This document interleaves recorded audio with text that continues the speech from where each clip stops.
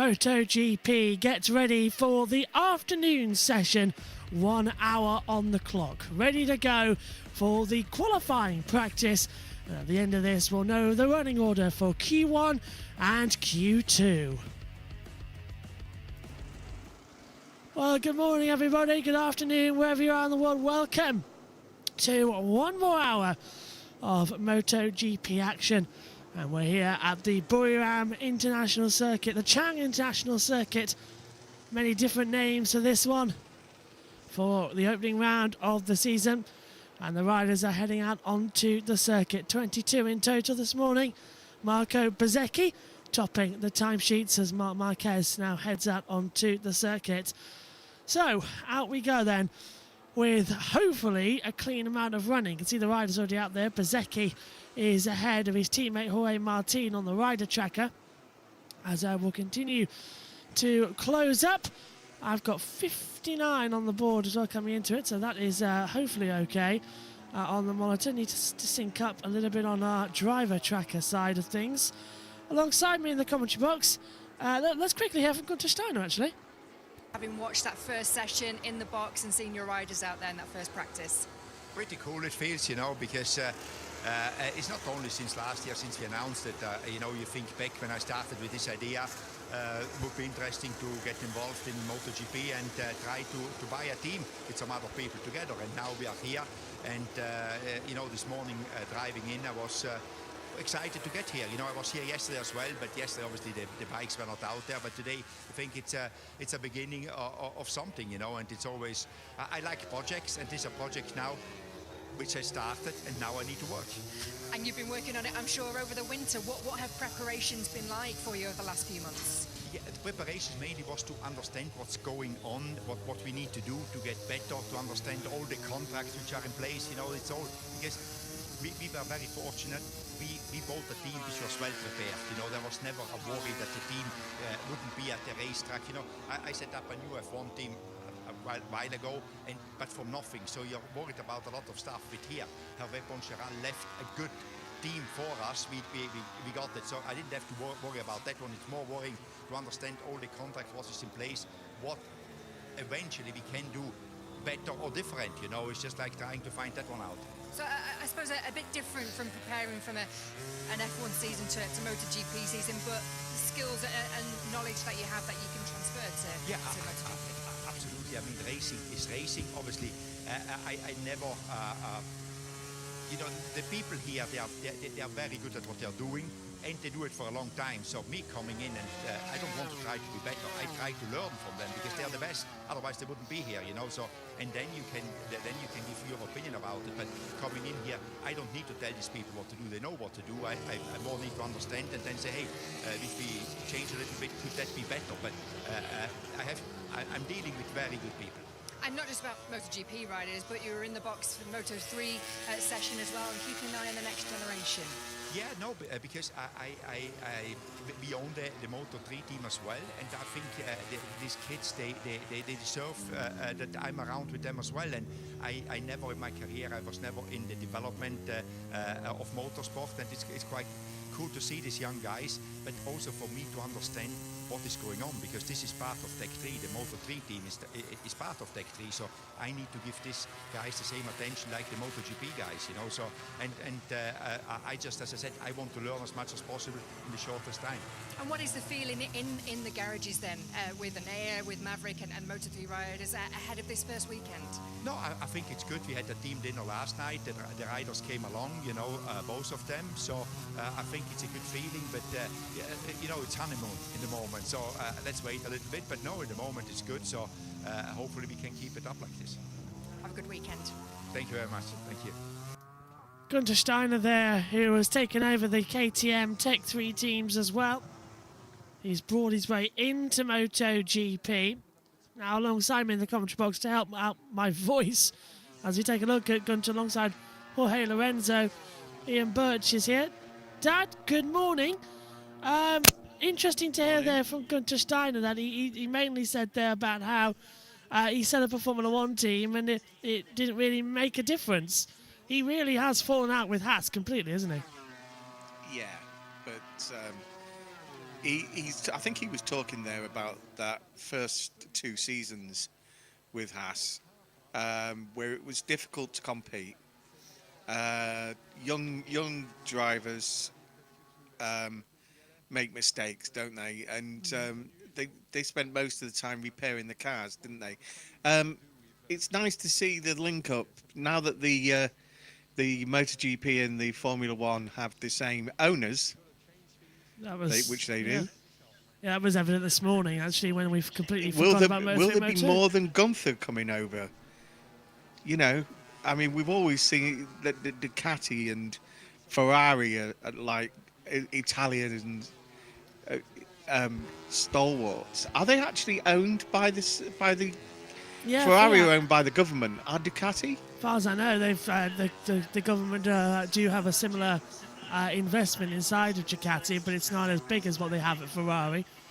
But they do. Last time I knew, and well, it's weird you say about that because another factor about it was Lewis Hamilton was rumoured to be coming over into MotoGP with us a team.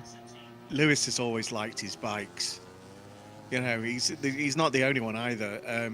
I mean, there's been quite a few of them. I mean, the present world champion in Formula One loves the bikes, and so does his colleague. And the most interesting thing I think about this new season of MotoGP is this new rule that you can't bump start on the track. Yeah, so if you go down, you're out. So there's no restart anymore. Yeah, you can take it on if there's a side road, you can go over there and bump start, I believe, or you have to do it behind the barrier. Yeah, that's to stop bringing debris onto the circuit, which caused the red flag at Silverstone last year, where they had oil down on the circuit. It's also to do with the fact that it destroys so many other riders' laps. Massively. If you're messing about trying to bump start your thing, the yellow flag is still out. There's always Bezzecchi there. He was mid-corner through 5 and 6, and it looked like he had something caught around his neck. He was trying to pull it off massively. He's backed out the lap time, and he was up in the first 2 sectors. He's lost a second now in Sector 3. Yeah. Can't actually see. I don't think his leathers were attached properly looking at it, because he was fighting around that sort of collar area. Well, then according to the rules, if his leathers have a problem, he's supposed to actually come into the pits and sort it out, isn't he?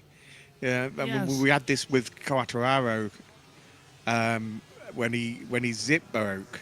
That was quite funny. And then out came the chest plate. And that chest plate was nearly run over by the rider behind and the rider behind that. I mean, that could cause a serious accident. So it's a rule that might seem simply stupid, but isn't. It's essential because you never know what's going on. I wonder if it was a tear-off from the rider in front. Ah, that could be, yeah. Just getting caught up from behind, because you just come out of the straight section from 5 and 6. So that could be something flying through. Mark's looking good. I'm hoping that Pedro Acosta does better this year. I've always thought he's one of my favourite riders. You know, and Alex is still... The interesting thing is, Mark seems to be struggling. He's still not 100%. He said in testing, actually. He had an accident. He had 2 accidents, actually. Actually, where Bezzecchi went off in the previous lap, there's now a slippery surface plug. So maybe you're right that there's something caught on him. And you had to give it back. But yeah, during testing, Mark had 2 accidents. One on day 1 and then one on day 2. And he cut his arm ever so slightly. He said in a press conference that afterwards, I only made that mistake because I'm not 100% fully fit yet. Yeah. Well, he'll get there. He was amazing last year. I mean, he's done what he wanted to achieve. And there is the worry that sometimes that puts mentally the thing like, I've done that. You know, do I need to do it again? I've proved that my arm was better enough to come back and win a world championship.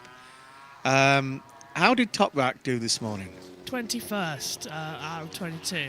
It's going to be a long uphill battle for him, isn't it? But you were watching World Superbike last year first time, same as me, and you were Top Rack- impressed. Top Rack will have a problem with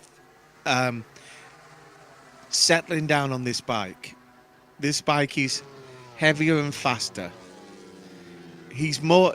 I wondered whether or not they would put him in Moto 2 for a year. I was thinking the Just same. to get, just to get used to the. You see, the cornering's different. Top Rack. One of the things I loved about Top Rack is how he raises his front wheel. Well, that's not going to be possible on these bikes. They're too heavy. It's we've got 1000cc powerful front end bikes, as well as Juan Mir under braking. He does a little stopping, and Marc Marquez, his rear was sliding. We saw in testing, Top Rack did a couple of his famous stoppies in the pit lane, bringing up the front wheel. But as you said, well, bring up the rear wheel by putting pressure down. But as you said, bringing the front wheel up out of the corners. We haven't seen him do that so far. And another problem with Top Rack is that, I said it this morning, it's like when you were tried, you've gone from World Superbikes to MotoGP. It's the equivalent, really, for us of racing with stabilizers and then trying to learn to ride a bike without stabilizers. It's completely different. Yeah, back end of last season, was it Bulika came over? Yeah. Yeah, I thought it was Bulika. And he took about 3 races to get, and by that time he'd really run out of room to show what he could do. You see, it's I suppose it's like going from a rally car to a Formula One car. They have different things that happen during the race. As you lean on one of these bikes, you can. I don't know. It's easier to lean. It's easier than on a World Superbike, because with the World Superbike, your rear tyre sort of half detached, the speed, isn't it? Yeah, the speed and the grip allows you to do things much quicker, and you've got to get that ability to in your mind that this is possible now. But we know Top Rack. He is a tremendous rider. He should have come over 2 years ago, but he had two very good seasons, didn't he? And last year, his battles with Bulika was fantastic. Just getting some information coming through as well, that the Aprilia rear wing that they were testing out this morning, which is a more Formula One style layout, it is on one bike this afternoon of Marco Bezzecchi. It is not on Jorge Martin, so we'll wait to see if that will change over as they try and test what's going to happen coming into it. Antonio. That's another thing. I mean, Jorge Martin came third this morning. Yes, he was very strong. Yeah, that's brilliant. For him, it will give him tremendous hope for the rest of the season if he can keep that up. If he's coming back from 2 massive injuries, which is just completely, it's a Marc Marquez level injury he got in testing last year in Japan, where I was commentating at the time. He came out of turn 1 and had a high side and had the bike land on him down at turn 2. That was not exactly pleasant. And then he tried to come back at Qatar and crashed, put his recovery back again. Came back. I thought he'd go the other way. Well, I thought he'd turn around and say, I'm moving to Superbike. I mean, the thing about Superbikes is there's only 10 races. Has it gone up? 12 I don't think now. so. Just 12 now. 12. I had a feeling that they had is it another away day away from Europe? We've got Australia, but that might disappear. But yeah, it looks good so far. I think it's the travelling's an extra race less in Portugal. Yeah. Yeah, the travelling's less on Superbikes. The standard is pretty enjoyable, and there was, because Top Rack left, there is like an opening for someone to do well. I mean, Jorge Martin's been here for what, 10, 11 years? Oh, across the whole paddock, yeah. But in MotoGP, he's been here since about 2019, 2020. Yeah, but he's been in this. He's been in this series for 10 odd years, of 20 odd races, and you know it takes its toll on you, especially when you've been injured a lot. I mean, I'm surprised that Mark's able to do what he does. Well, slug that bike around. He'll get there. He'll definitely get there. But I think it could be Alex's time to shine this year again. You know. I think he's got the GP but as I said, Pedro Acosta, Morbidelli, you can never. They surprise you, don't they? Well, it's the only good news about this is that Grassini confirmed middle of last year that Alex Marquez is going to have the most up-to-date Ducati, so he does have the GP26 this year alongside that Marc Marquez. So for the first time since, well, they were together at Honda, they've got equal machinery. And with Mark injured, Alex is coming in as a little bit of a favourite. So they've got the same bike. However, Mikel Pirro, who is subbing for Fermin Aldeguer, who was injured after the testing, he only has the GP25 bike. So Alex has got a 2-year jump on the bike to get used to. That's why his testing times were a little bit all over the place. I think Pirro's in 21st, isn't he? He is, yes. He's ahead of Toprak, though. Yeah. Toprak's time. Oh, let's go down to the pits. Let's go down to Nat. Jorge at the moment. I mean, this morning, Bezzecchi quicker in a lot of laps than Mark last year, over on the same tyres as well. Really encouraging signs so far. Yeah, you're right. Absolutely good starting point. Since already after the Valencia GP last year, we have seen that there is a potential on our new bike. We did many tests between the old one, the new one, and with the new one, with the new fairing configuration, different packages. At the end, we homologate one package for the factory, one package for the Trackhouse one, depending on the rider style. And yes, we are happy that Jorge joined us since this test and immediately show a very good performances. How we can say about Marco, he was immediately fast, since the Sepang test. Now we have the confirmation that he feels very good on the bike. He has very good confidence with the bike.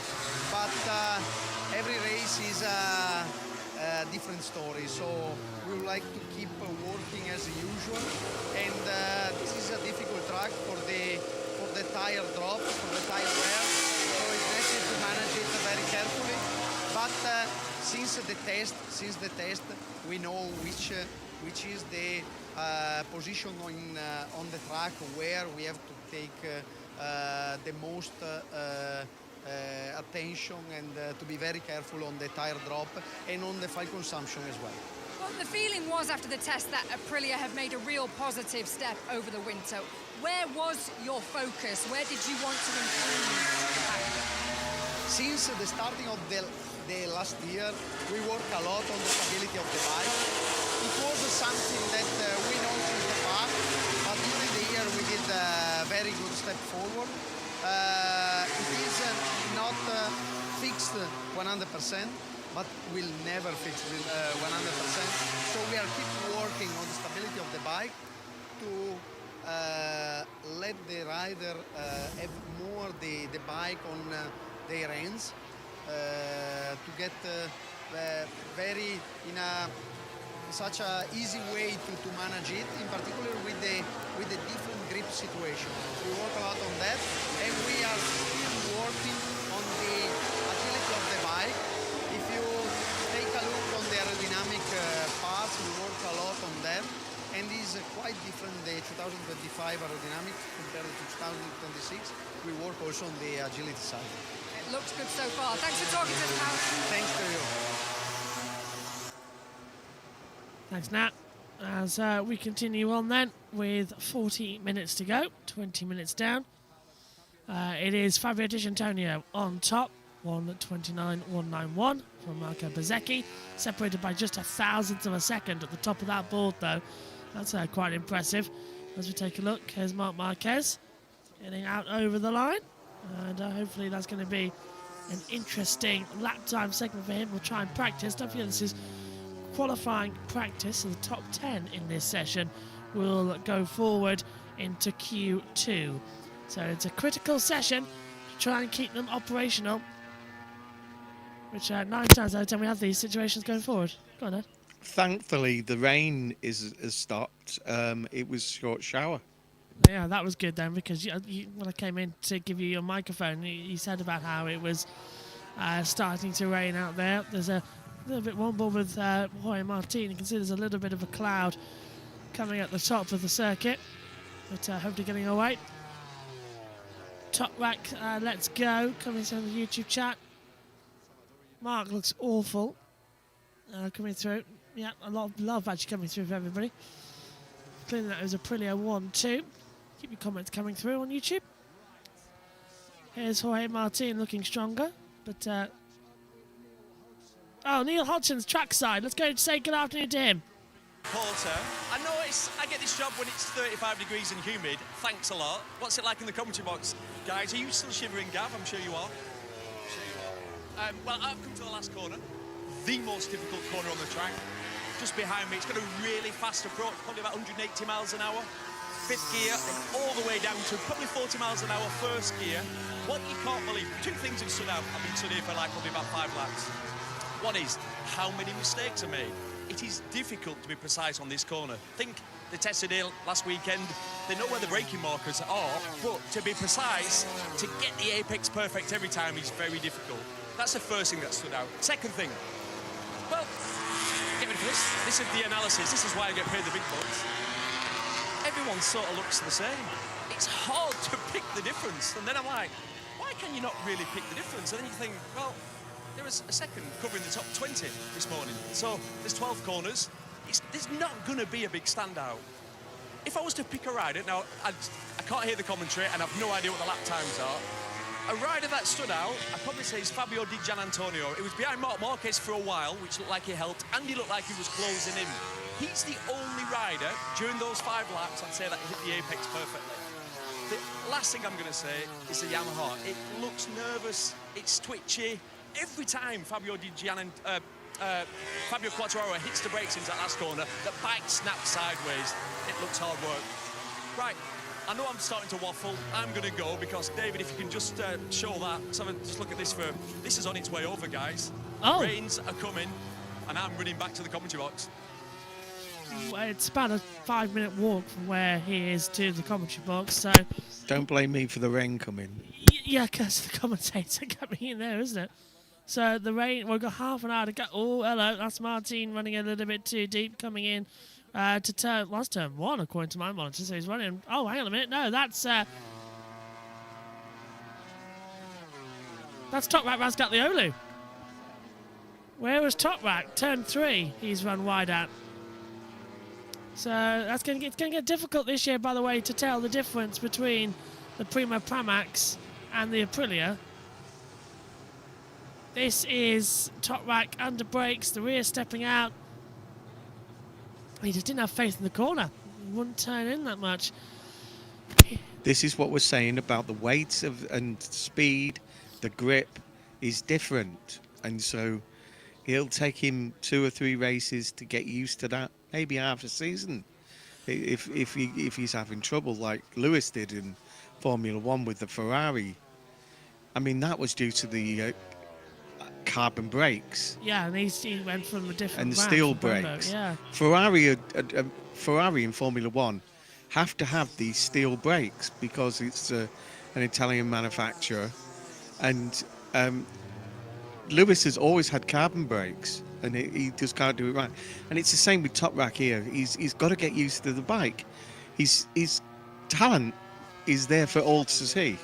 You can do it. You know, and another thing about this is that usually right? There's only a second to second and a half between top and bottom. And, you know, he's not used to that. No, he's used to being a full second ahead of everybody else. The gap between everybody at the moment is 2.2, but he is 1.47 seconds away from Fabio Di Giannantonio, and that's going to be weird for him. He's gone from racing a World Superbike, which is effectively a spec bike that you can go and buy in the shops with Pirelli tyres, to a massive change, a Grand Prix World Championship bike, which is like a missile, with ride height, launch control devices as well. And he's gone also to racing with Michelin tyres. Now, this is where I agree with you, Dad. They should have gone to Moto2 this year, because this is the last year of these regulations. It's 1,000cc engine before we go down to 850 next year, and it's the last year of Michelin tyres. So he's having to learn a new formula now before having to learn a new set next year. It doesn't make really any sense. Whereas a year on Moto2 would have actually helped him get used to the Pirelli tyres that are going to be used next year, and get used to the circuits we're racing on. Because Toprak has only raced really on Phillip Island and on European circuits. He hasn't really done any internationals, which is what we've got for the first start of the year.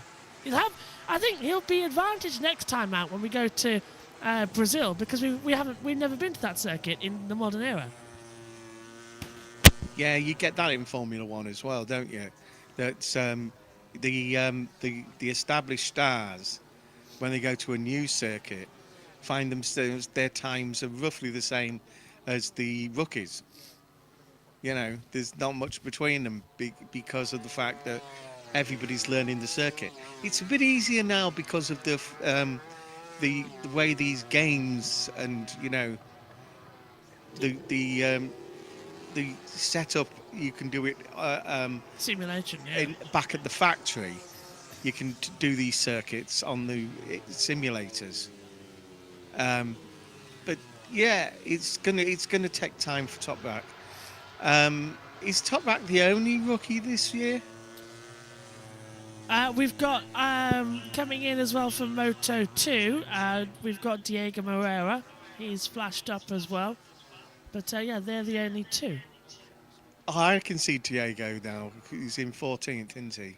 Yes, he's running a 1:30.172. He's the last rider inside a second. And I should point out, actually, by the way, if you're wondering why my voice sounds rough and it's a bit hard to talk, the reason Ian Birch is in alongside the commentary box is because Megan has tonsillitis, so she's recovering. But the understanding is she's going to try and do the sprint race tomorrow, and if she's okay with that, she'll do the Grand Prix on Sunday. But she hasn't spoken much in the last few days. Now, I'm very susceptible to getting things like that, and I have just got a sore throat, which isn't easy to deal with. So thank God I've got a lip mic, because I can talk slightly quieter, and the mic automatically boosts your volume. Whoa! And I'm not with him. I'm actually somewhere else. Yes. So sat in my chair. nice chair that I can make vibrate if I, you know. Yeah, you get the comfort. Dead comfortable, whereas he's in the cold. Yes, actually, I haven't even got the heater on. You know, it's not that bad. It's 9 degrees. It's not that bad. Yeah, that'll please your mother. She loves it when it's warmer. Unlike your brother, who's in Philadelphia, when it's freezing. Is it really? Yeah, he's still massive amounts of snow around. It's, you know, the roads are a bit better, but yeah. Tiny bit of justice then, isn't it? As well, from him saying that he didn't like the UK weather. This is turn. Actually, he said that the day before they flew back, it was like a summer's day here. So, just to explain to you, we're going to have the apex pad open. The rain is sort of coming in from this last corner section here. So it's blowing inwards towards the circuit. So if it does come, it's going to hit turns, well, the last two corners first, and then the middle sector of sector 2. So I've just sort of highlighted where on the map it's going to hit first, and then it'll blow over the whole circuit. So this rain, as soon as it does arrive, it's large enough that we are going to be effectively washed out. And Juan Mir You can tell via the angle of how dark it's getting around the circuit now. But he's up by thousandths of a second. Ideally, as you get the top 10 who are straight through to Q2, this is the best time to try and go out there and set a lap time, because the cooling track conditions, the cooling air temperature means that the track is going to be faster, but you've got to run the risk of going out there on slick tyres if it rains in a circuit which is very, very dangerous. Yeah, as the Earl of Lancashire said, Digi is taking this every apex right, you know, especially that difficult corner. And Digi's doing well, which we expected. And so is Bsky. You know, they're going to be more relevant this season than they were last season, and they always surprised you last season when they didn't they? But I think they've got a good chance this season. Well, we were told, didn't we, that no, we're nowhere near a race victory, and yet they won 3 times last year. That's how impressive they were. They're a united team, though, aren't they? They really, everything pulls together in that team. It's less corporate, isn't it? You can tell how much it's going to rain. That's my camera in the pit lane where Nat is, looking at Davide the World Superbike champion at Ducati. Oh, and yeah, just it's getting darker out there. Well, it's all right for Nat because of the fact that she's been like doing a second job over the close season. She's been, oh, that is looking good. Ooh, that could be heavy. That could actually stop. Now, Look at the way it's dropping over there. You can see it in the sky, and that when it goes down like that could even bring a bit of thunder, which you know with the heat in Thailand, that's natural. But it could be really heavy rain that in stages. Yeah, as I was saying, Natalie has been having a second job reporting on football for TNT. She's like a football, does Nat, coming in. We'll also have Rachel back alongside this year on the World Feed. And as we just take a look, so they're heading out the circuit because Raul Fernandez is up by 52 thousandths, but then drops in that second sector. Track temperature, well, it's 15 kilometers an hour, the wind speed, now 19, 64% humidity, that keeps dropping, as Megan would say, that's never good. Air temperature is at 30 degrees Celsius, ground temperature is at 37 degrees Celsius coming into it. They've changed the clock this year, you might notice. It was dark grey last year, now it's black on the top banner here to reflect the World Feed timing graphics. But they've removed the sort of all the information in one go. It now sort of ticks over and rotates to itself at the top.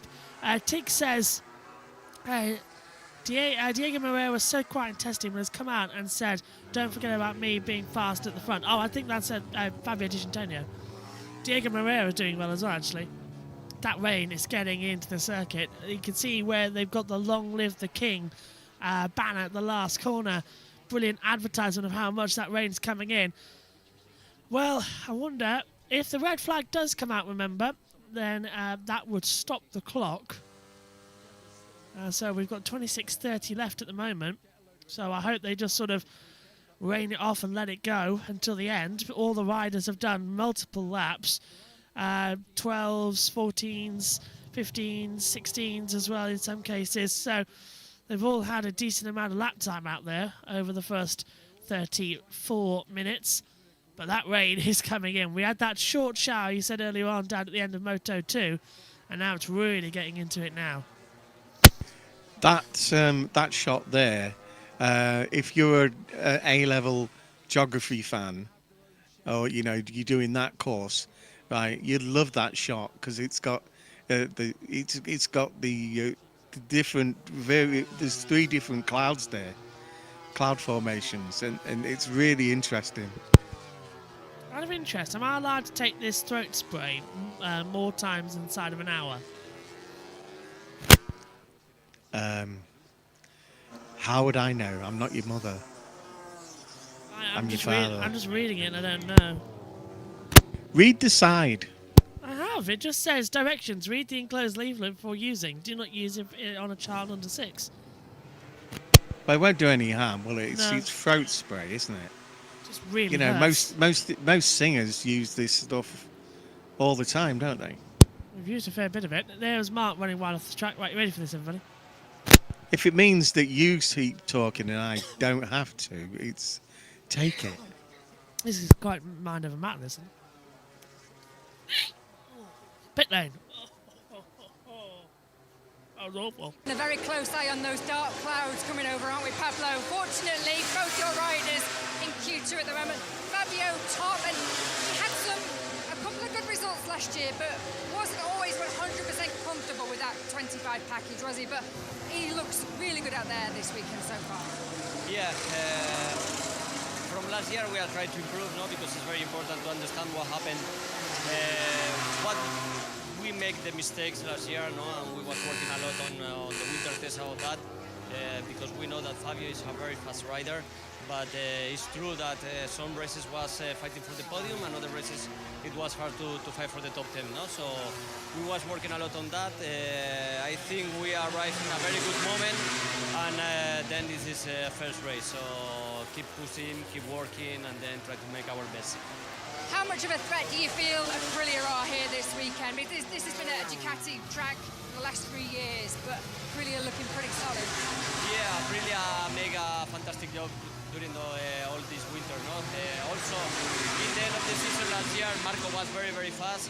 So I think they are confirmed that the work that they are making is very good. So one more to fight against them. So this is very nice. Thanks, Pablo. Thank you. There's Paolo down there with Nat as the session continues on. That throat spray really does make you go, yeah.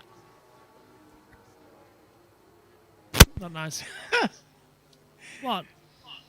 I just thinking, you know, when Natalie speaking, I was just thinking, you know, if Neil is the Earl of Lancashire, is she the Duchess of Lancashire? Same Because place, yeah. she's from Burnley and all. Well, I think he's back in the comms box at the moment. I think Susie would like to be known as Wolves, you know, with her support of Wolves Football Club. Don't talk about Wolverhampton Wanderers. They destroyed our pitch by running on it. Oh, I'll message her that then, actually, as well. Actually, thank you to Susie Perry, who actually has helped a lot with the vocal stuff this past couple of weeks and last season as well. As again, Marc Marquez running wide at turn 3.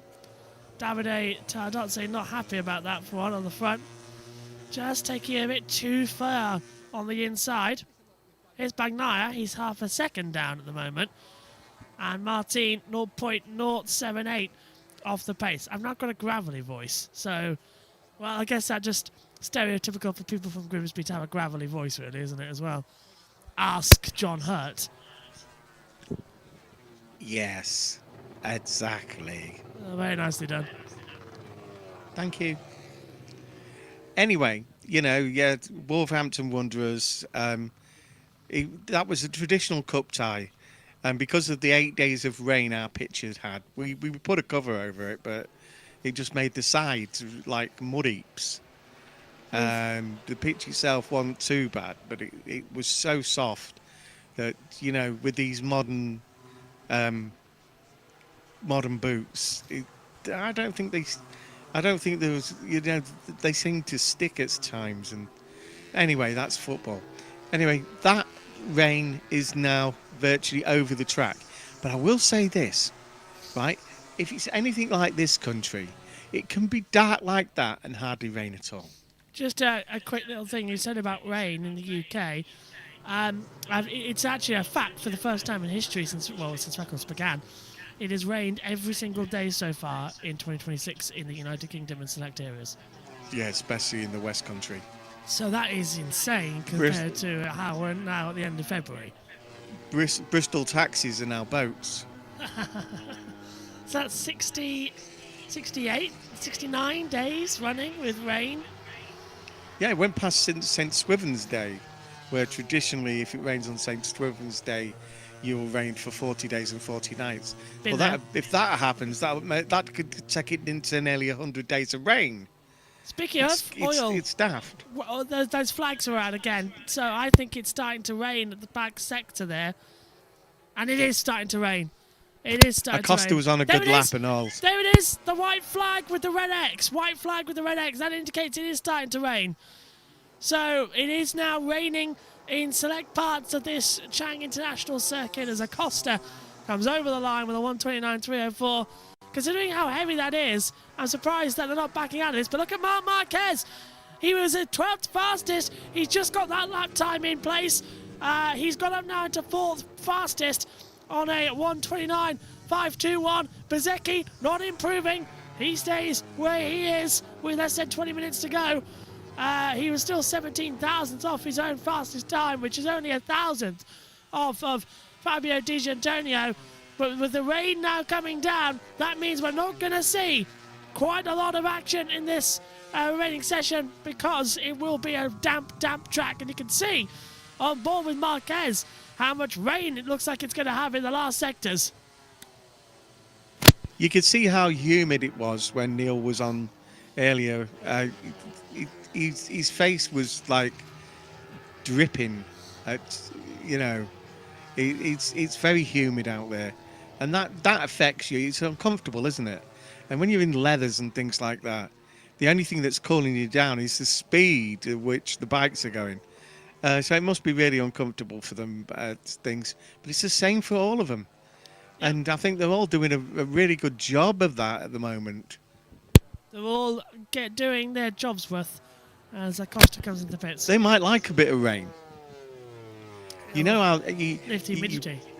If you're a MotoGP rider, right? You love a bit of danger, and you love testing yourself against the elements, and some of them might love the little bit of rain. And with Thailand, it's so humid that rain can come like that. We've got Jake Sanson, our own man who's over there in Thailand. Did ask him if he was free this weekend, but he's busy covering several other series remotely. But he does say how impressive Thailand is in terms of everything. Yeah. Apparently, what was it? It does look like a beautiful country, doesn't it? Really is. And white rice and mango. He goes on about quite a lot actually as well. But it's it's way better than chocolate, he says as well. So try that eventually as it comes through. Are they wet tyres or a new slick? No, I'm not entirely sure what was being put on Mark's bike there. Definitely changing the tyre there, weren't they? Maybe they're trying to get a new rear setup into it as well. Just to take it down slightly to a different variation. Yeah, the track temperature, has it changed? Air temperature 26, so that's dropped 4 degrees already. Ground temperature 36, dropped 1 degree. So it is getting cooler out there. But the air temperature dropping by 4 degrees is, I think, the biggest concern. In 4 minutes of me saying about it? Do we still have asymmetric tyres at the front this year? Yes, still got asymmetric, so one side's softer than the other compared to the two sides. We also have the wet tyre this year, which has been slightly changed to handle a bit more water in Michelin's final year before we hand over to that of Pirelli. Well, hopefully it's better than the full wets that we use in Formula One. We can actually get it. Because they're so slow, nobody wants to use them. They'd rather go out and smash the car up than put the full wets on. I think if we do have a wet race this year, we'll have to see the wet tyres being used, because they are doing a test at some point on wet tyres. Rumour that Australia could be wet as well actually next week. Heads up. Yeah, those tyres are not often do Pirelli get it wrong. They got it wrong with them, didn't they? Massively. It was almost better putting on intermediates and just waiting for the rain to stop. It was those wet tyres. I think the problem was that you couldn't use tyre blankets on them. And you still can't. So the wet tyres are just sort of standing there at any temperature. Teams try and put them next to the teams actually were surrounding the wet tyres last year with the 4 sets of intermediates. So they were put in the wet tyres were put in the centre. The inters were put all the way around it, so that when they were generating heat, the heat they were giving off the tyre blankets sort of trapped onto the wet tyres a little bit, but it didn't work. So they come through. Martin goes up to third. All motorsport, you push things to the limit. Absolutely, you do. Just a reminder what we've got coming up here. We've got later on, it's a busy day as IndyCar returns to action. Alongside that, they're at St. Petersburg. We'll also have the same track on the street circuit, the NASCAR Craftsman's Truck Series, as Fabio Di Gianantonio does a 1:29.010 and moves up now by 2/10 of a second, 0.182 over Bezzecchi. So improves his time at the front of the field by a significant margin. But yes, NASCAR's at the same track for the trucks. And then next week at Phoenix, NASCAR, all 3 series, plus IndyCar are racing at Phoenix. Go on, Dad. Yeah, they tried that last year, didn't they? They tried joining forces. Was it Portland last year? Yes, yeah. Works. Yeah, so, yeah. I was just seeing in the background on the road, there was 2 of those. One of the things you think of with Thailand is they have these like truck-like buses. Yeah, I saw that earlier on. I was going to put it out. Yeah, and they've got all sorts of chrome things attached to them, and they look fantastic. One thing that many of the teams do have this year is Starlink, which is the internet server with the satellites in the sky. The teams tried it out last year, and now it has become a standard factory. So quite a lot of it is now permanent internet around the entire surface, so they can actually communicate with the factories back home for the first time in complete clarity, as Mark again was having issues and takes off one of the tear-offs down at turn 5. So looking good, looking strong. That could cut the costs if you can leave half the strategies at home. Absolutely, and we're in a cost cap era coming in now for MotoGP as well, similar to Formula 1 as Zarco goes on the inside of Alex Rins over the line, and that's the beautiful thing about the circuit. Rins can get back alongside him on the inside and take the position back. 13 minutes to go in this one. That time of Digi, though, set earlier on, I don't think it's going to be beaten with the change of the weather and the track temperature. It's sort of psychological rain at the moment, isn't it? Because we're seeing the boards flashing with the white square and the red X, but there's no difference so far of grip on the circuit. Like Morbidelli is just on the fastest first sector, an 18.113, but then this is against the second sector where this rain is. It's sort of not doing anything. So as I described earlier on, where it's hitting in sectors 2 and 3, you can't really do much. But in sector 1, where you can sort of accelerate the furthest away, you're fine. So, yeah, there's just a slight spots out there on the circuit as Bagnaia toes Morbidelli over the line, and Bagnaia's in 20th place. He had the season from hell last year, Tidar 3-time world champion, and now it doesn't look like this year's going to get any better. Strong rumours that he's leaving Ducati at the end of the season. Rumours that he's going to be replaced by Pedro Acosta. Rumours that Quartararo's leaving Yamaha and going to Honda. There's the merry-go-round of silly season coming in, and we're only at round 1 of MotoGP. Could be quite an interesting year as Bagnaia closes on the back of Morbidelli. Has KTM been able to keep a lot of the staff then? Yes, with the takeover, yeah, they've got pretty much. That's important, yeah. Continuity, and the investment that Guenther can bring in. When he's... Morbidelli just slipped on the inside of Bagnaia there, and Bagnaia's not going to be happy about that because he was on a quick lap actually to improve on time, but now he's had to back out of it with only 2 minutes to go. He's wasting out more time. Go on. Yeah, but he might have done that, but that's like testing for the race, isn't it? Testing to see how far you can lean on that corner. It's what they should be doing in practice. Pushing to the limits. Oh, and Well, I don't know if he's coming into the pit lane or not, because that's not the usual entry, but Bagnaia has swung off the exit of the circuit, so we'll see if that's going to be the case. It's usually an exterior runoff down there that you can take in. Morbidelli was on 1:29.955. He's gone up into 12th position. Yeah, Bagnaia has now come into the pit lane. There's a white flag with a red X across that line. So is the third practice session still called practice 2? Yes, so we've got free practice 1, then practice, then tomorrow morning's free practice 2 before going into qualifying 1 and 2. And if it's called practice 1 and 3 practice 2, they're the ones that count together, aren't they?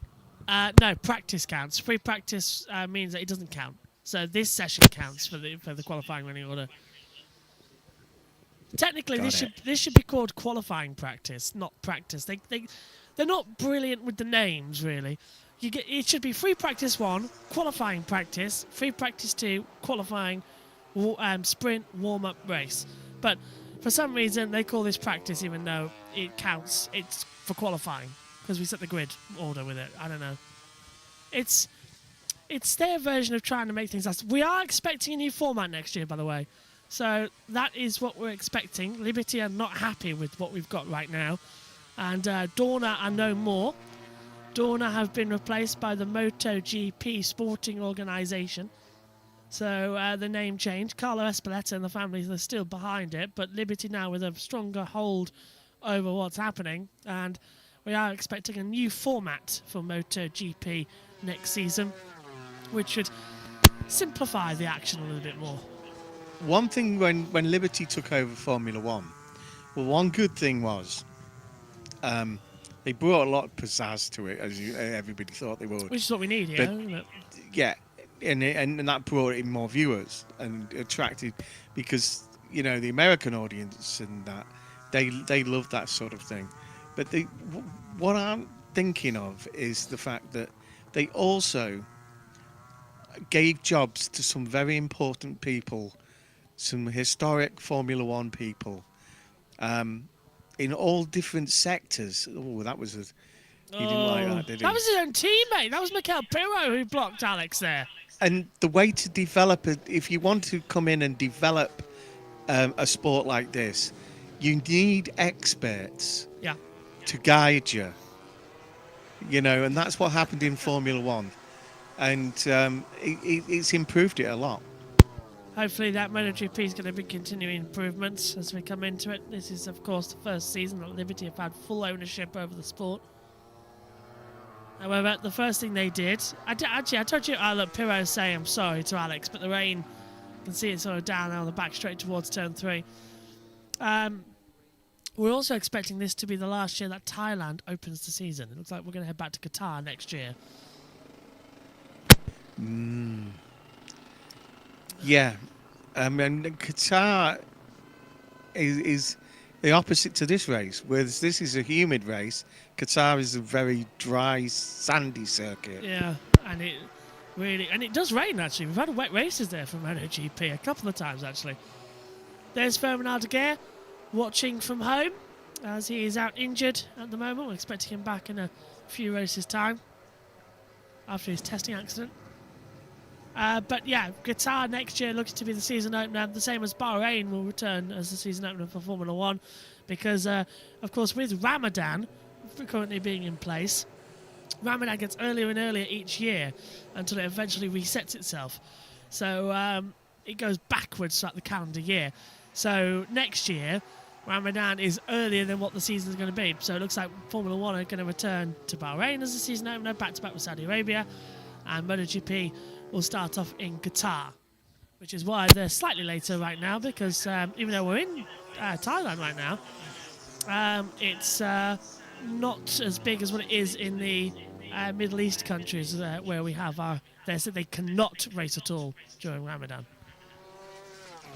Pirro and Marquez under investigation for that. I mean, it was Pirro's fault, wasn't it?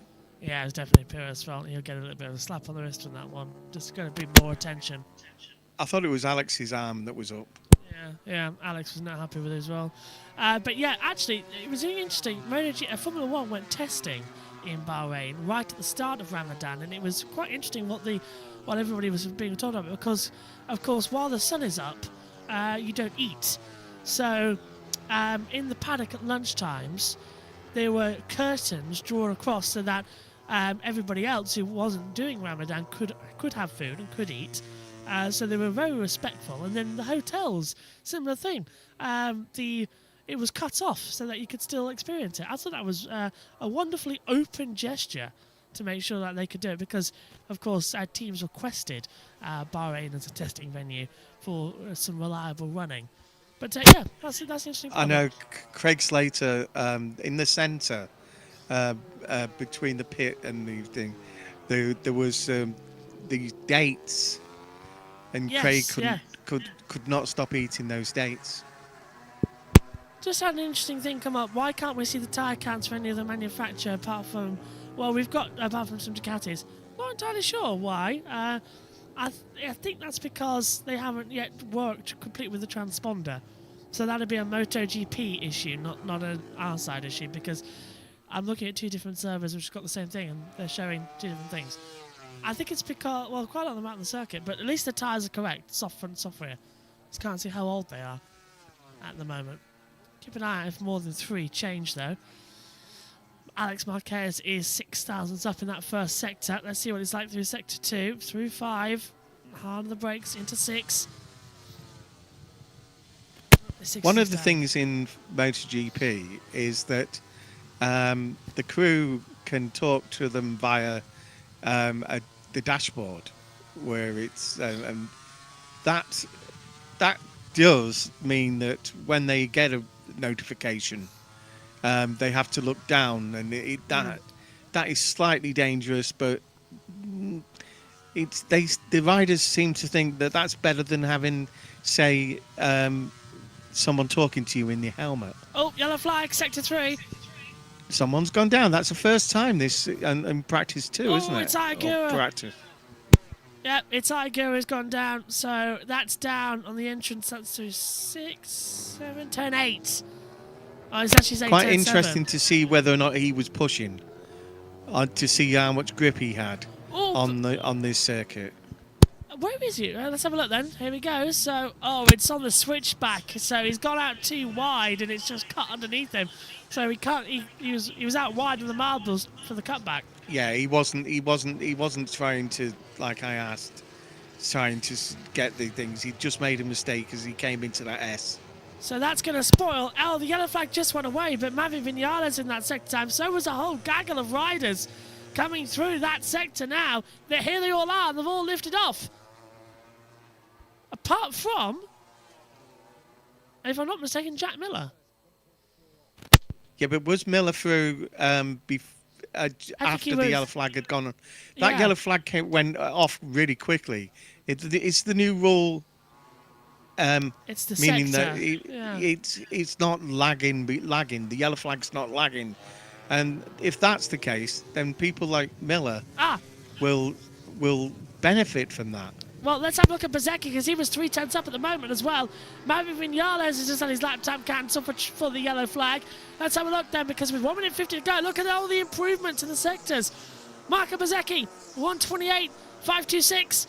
So he's now gone to the top, but is that lap time going to count? Marc Marquez looks strong. He's down in 6th position at the moment. Bagnaia estimated 14th, so it looks like he'll have to go through Q1 at the moment. Into that last corner. Mark, a little bit of a mess there.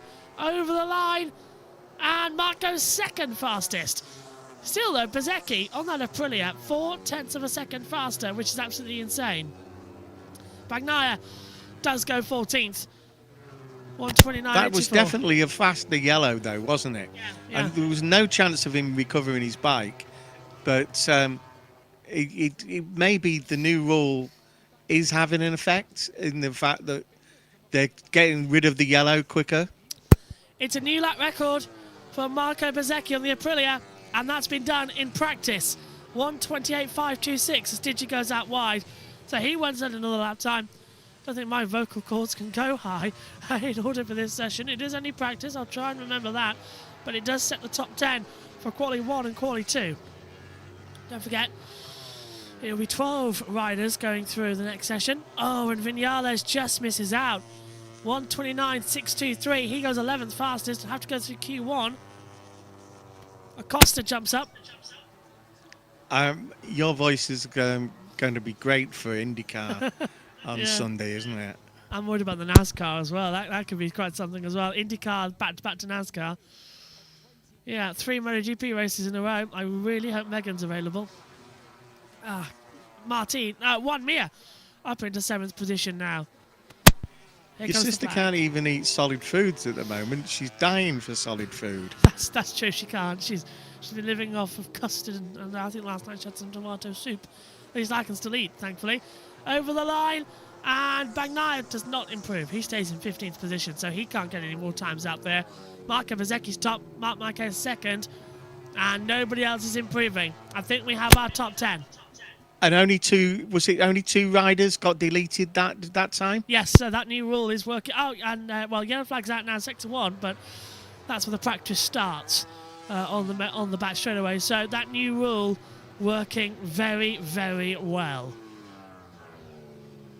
And poor Ayagura, he'll go through in 9th place. He just makes it through to Q2, but was on an improving lap.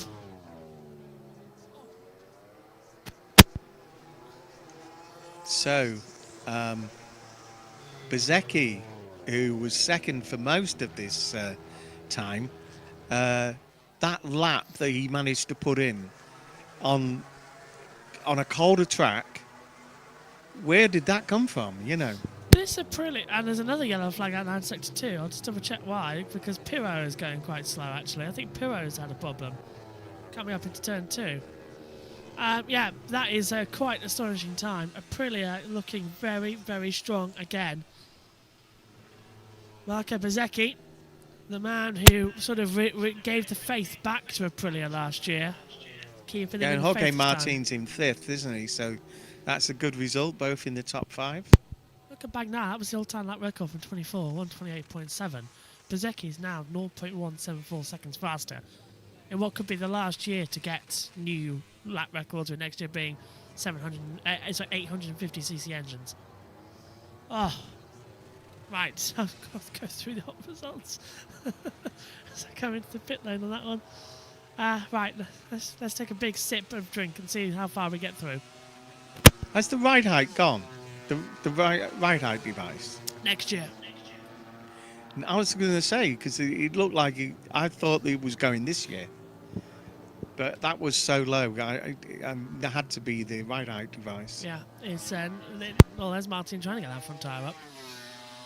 So, it is the top 10 automatically through to Q2. Marco Bezzecchi, Marc Marquez, Fabio Di Cintonia, Pedro Costa, Jorge Martin, Alex Marquez, Juan Mir, Brad Binder, Ayagura, and Johan Zarco. Then having to go through Q1 is going to be Luca Marini, Maverick Vinales, Franco Morbidelli, Raul Fernandez, Pecco Bagnaia, his miserable season from last year still continuing. Fabio Quartararo, that's all Yamahas, by the way, down there. No Yamahas made it through into the top 10. And that was Mark's practice start on the ride height device. That was not nice there, coming into it. Bashini is 17th, Diego Moreira 18th, Jack Miller 19th, Alex Rins 20th, Top Rat Razgatliolo in 21st, and Mikel Pirro in 22nd, but he's under investigation as well. Might get a slap on the wrist for that one. That practice start down from Mark was not good. It was the ride height device too low out there. Bagnaia, though, it's all about confidence, isn't it? Yeah. He's taken a big knock to his confidence last year, and the talent doesn't go away. It's your in MotoGP and like in all these motorsports, it's both talent and confidence, and it's the confidence that's lacking, not the talent. Well, give us your final thoughts then on this practice hour then. What do you make of it? That rain that was sort of hanging around didn't really affect much, and Bezzecchi looking strong. Yeah, it was deceptive, that rain. It's one of those times when you thought it was going to absolutely sail it down, and it didn't, because it was the cloud was so heavy and hanging down. We were lucky there. Basically, I'm impressed with Digi, you know, and Bezecchi. I liked them last year, the way they was coming through. The established ones are still struggling, aren't they, really? They are, which is going to give us a great Grand Prix coming up and a great sprint as well, and a great quali. To be basically just join us every day. It's going to be a lot of fun. As Marco Bezecchi getting a big round of applause. Well, thanks, Dad, for helping, because I could not have done that hour. It killed this morning with 45 minutes. We will be back tomorrow with free practice 2 and qualifying and the TISO sprint live on JB Motorsports 2 and the main channel ahead of the Grand Prix on Sunday as well. Later on tonight, we've got IndyCar, their practice session, plus the NASCAR Craftsman's Truck Series and O'Reilly practice sessions, one from St. Pete, one from the Circuit of the Americas. We leave with Marco Bezecchi as the fastest rider around the Chang International Circuit, a new lap record of 1:28.526. We'll see you tomorrow for qualifying. Bye-bye.